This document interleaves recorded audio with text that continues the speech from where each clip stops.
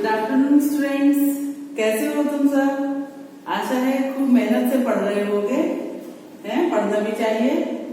आज अपने लोग पढ़ते हैं आरोह भाग 2 में संकलित पाठ पद्य खंड में संकलित है कैमरे में बंद अपाहिज।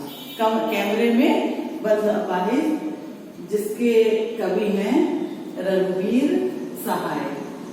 और ये कविता कैमरे में बंद अपाहिज कविता जो है वो रघुवीर सहाय के लोग भूल गए हैं कविता संग्रह से संग्रहित है, उसमें संकलित है, वहां से ली गई है कविता।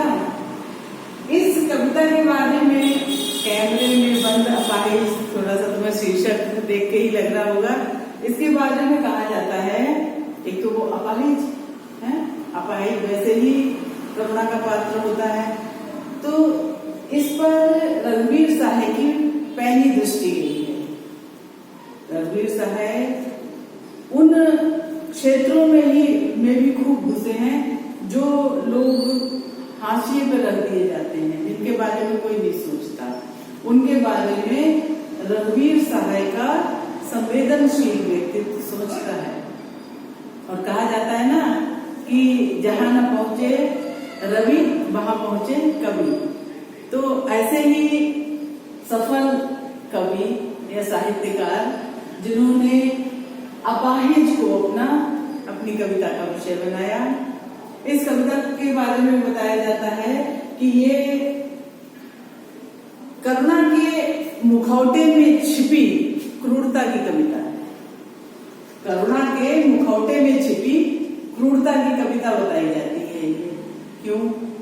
क्योंकि दूरदर्शन और मीडिया वालों का जो संवेदनहीन व्यक्तित्व है और जो अपनी टीआरपी बनाने के लिए, अपने कार्यक्रम को हिट करने के लिए, कार्यक्रम को ऊंचा उठाने के लिए वो एक अपाहिज से खिलवाड़ करते हैं, उसकी भावनाओं से खिलवाड़ करते हैं। वो इस कविता में किस तरह से दर्शाया गया है, बताया गया है, वो आज तुम लोग पढ़ोगे। पहले तो थोड़ा सा कवि के बारे में जान लो, ये रघुवीर सहाय के बारे में, कि रघुवीर सहाय समकालीन हिंदी कविता के संवेदनशील नागर चेहरा है।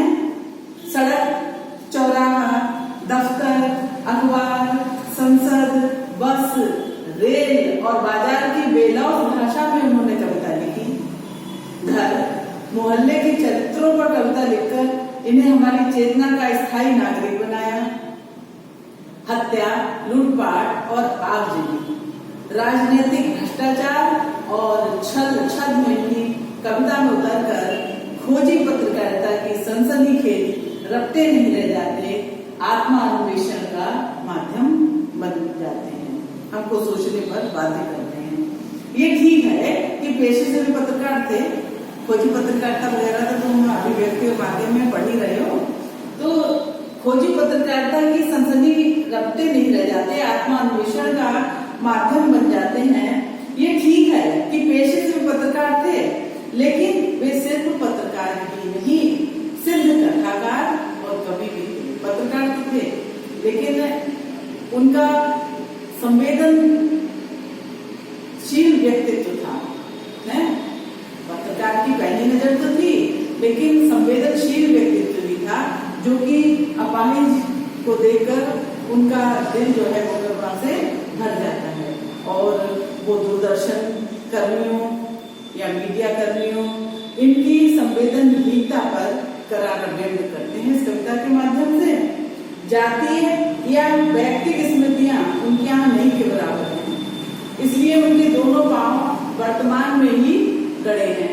बावजूद इसके मार्मिक उजास और व्यंग बुझी खुरदरी मुस्कानों से की कविता पटी पड़ी है। छंदानुशासन के लिहाज से भी अनुभव है, पर ज्यादातर बातचीत की सहज शैली में ही उन्होंने लिखा और बखूबी लिखा। तुम देखोगे कविता उनकी बातचीत की सहज शैली में ही लिखी गई है ना।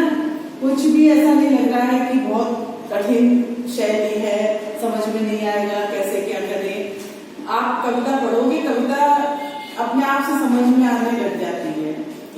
लेकिन विषय वास्तव में उन्होंने बहुत अनोखा उठाया है, जो कि आमतौर से लोग इस विषय को नहीं उठाते। अत्यंत साधारण और अनायास से प्रतीत होने वाली शैली में समाज की दारुण विडंबनाओं को पकड़ने की जो कला रघुवीर सहाय की कविताओं में मिलती है, उसका प्रतिनिधि उदाहरण है ये यहाँ प्रस्तुत कैमरे में बंद अपाहिज।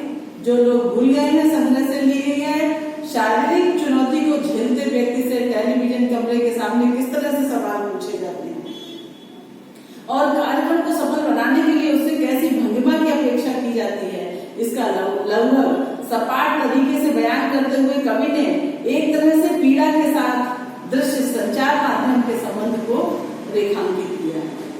किसी की पीड़ा को बहुत बड़े दर्शक तक पहुंचाने वाले व्यक्ति को उस पीड़ा के प्रति स्वयं संवेदनशील होने और दूसरों को संवेदनशील बनाने का दावेदार होना चाहिए। लेकिन विडंबना यह है कि जब पीड़ा को पर्दे पर उभारने का प्रयास करते हैं तब कारोबारी दबाव के तहत आपका रवैया संवेदनहीन हो जाता है। ऐसा क्यों?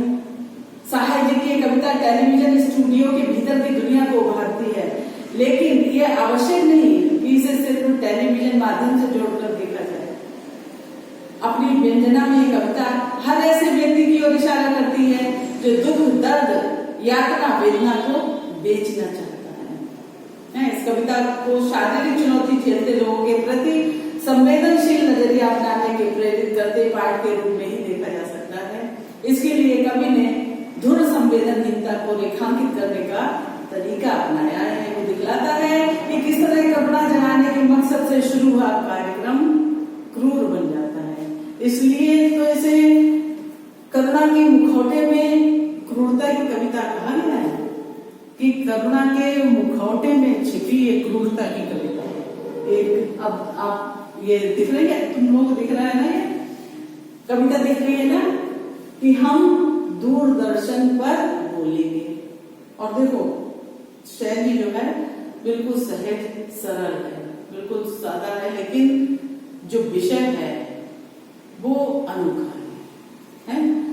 हम दूरदर्शन पर बोलेंगे, हम समर्थ शक्तिमान, हम एक दुर्बल को लाएंगे एक बंद कमरे में।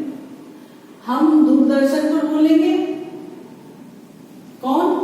ये दूरदर्शन पर जो इंटरव्यू लेंगे, है ना, जो दूरदर्शन पर अपाहिज का इंटरव्यू लेंगे है, उनके बारे में कहा गया हम समर्थ शक्तिमान। भाई जो इंटरव्यू लेता है वो तो समर्थ शक्तिमान है, और जो उधर कुर्सी पे बैठा है पता नहीं क्या पूछेंगे, डर तो लगता ही है। तो इसलिए ने हम समर्थ शक्तिमान, हम दूरदर्शन पर बोलेंगे, हम समर्थ शक्तिमान, हम एक दुर्बल को लाएंगे, कमजोर को लाएंगे। कमजोर कौन? अपाहिज को। एक बंद कमरे में जब हम उनका कार्यक्रम, जब वो मीडिया कर्मी या दूरदर्शन वाले उस कार्यक्रम को प्रस्तुत करते हैं तो अपना कार्यक्रम हिट करना चाहते हैं ताकि अधिक से अधिक टीआरपी मिले, है? वो चाहे कैसे भी हो, दर्शक जब तक रोना जाए, रोने न लगे तब तक वो कार्यक्रम हिट नहीं होता। तुमने अभी कक्षा 10 में एक पाठ पढ़ा था शैलेंद्र का, तीसरी कसम के शिल्पकार शैलेंद्र। उन्होंने भी यही बताया कि पिक्चरों में, फिल्मों में जो है वो दुख के दृश्य, ट्रेजेडी ज्यादा दिखाई जाती है। क्यों? क्योंकि उससे वो फिल्म जो है उसको ज्यादा डिस्ट्रीब्यूटर्स मिलते हैं, वितरक मिलते हैं, और वो हिट होती है, फिल्म हिट हो जाती है क्योंकि उसमें रोने के दृश्य ज्यादा होते हैं।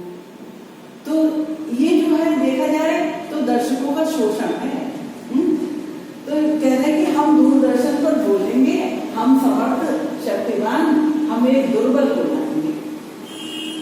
दूरदर्शन पर बोलेंगे, दूरदर्शन पर आएंगे, स्क्रीन पर आएंगे, और हम चूंकि इंटरव्यू लेंगे तो हम समर्थ हैं, शक्तिमान हैं, मतलब वे लोग, यहाँ पर इस तरह से प्रयोग करोगे आप लोग कि वे जो है समर्थ हैं, शक्तिवान हैं, जो मीडिया कर्मी हैं, हम एक दुर्बल को लाएंगे। वे जो हैं एक दुर्बल को लाएंगे। वो कौन है दुर्बल?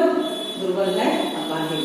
अपाहिज को लाएंगे एक बंद कमरे में, बंद कमरे में लाएंगे और उससे तरह तरह के संवेदनहीन प्रश्न करेंगे, कि उससे पूछे। आपको दिख रहा है सामने कि अपाहिज है, अपाहिज को कहने के लिए क्या बचा है? वो तो दिख ही रहा है अपाहिज है, लेकिन उससे कैसे उटपटांग प्रश्न करते हैं?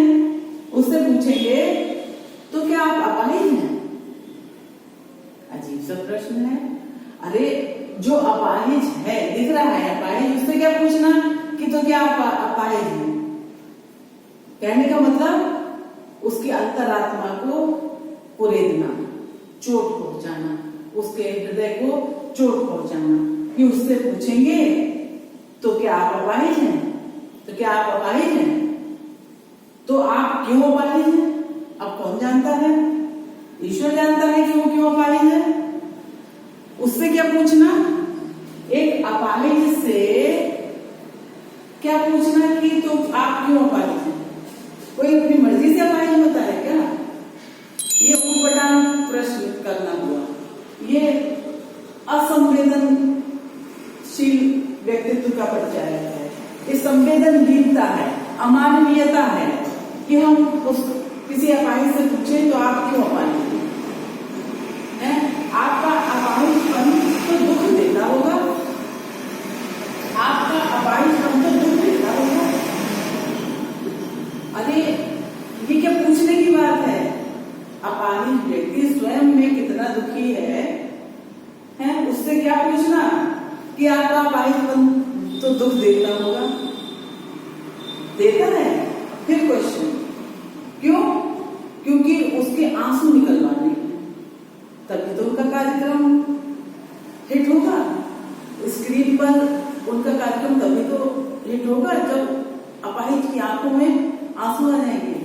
इसलिए उसको वहां तक कुरे दो जहां जब तक कि वो रोने न लग जाए। तो पूछेंगे, उससे पूछेंगे तो क्या आप अपाहिज हैं? क्या आप अपाहिज हैं? तो आप क्यों अपाहिज हैं? आप क्यों अपाहिज हैं? आपका अपाहिजपन तो दुख देता होगा, देता है। फिर कुरेद रहे हैं उनसे, देता है।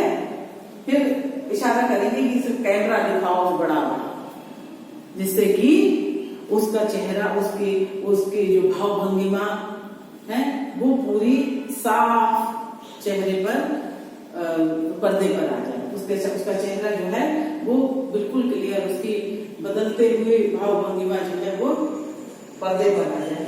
तो आप क्यों अपाहिज हैं? आपका अपाहिजपन तो दुख देता होगा।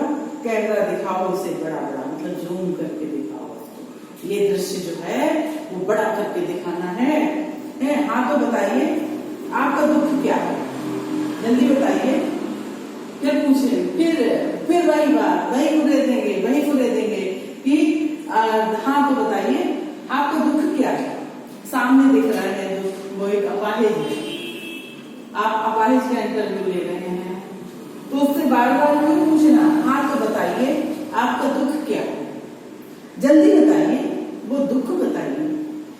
बार बार उसी बात को कुरेदना कि जल्दी बताइए, वो दुख बताइए, लेकिन वो बता नहीं पाएगा। तो इस तरह से ये असंवेदनशील व्यक्तित्व का परिचय है कि जो अमानवीय प्रश्न करते हैं, ऊटपटांग प्रश्न करते हैं। ऐसे दुखी व्यक्ति को और दुखी करना है ना। तो इस ओर रणवीर साहब का ये प्रयास बहुत अच्छा है। उन्होंने कैसे हाशिए पर पड़े हुए लोगों को भी अपनी कविता का माध्यम बनाया है। बच्चों ये कविता भी और है, आज केवल इतना ही। इसको पढ़ना, समझना, रणवीर साहब के बारे में और जानकारी हासिल करना है। फिर कल तुम्हें और पढ़ाएंगे। धन्यवाद।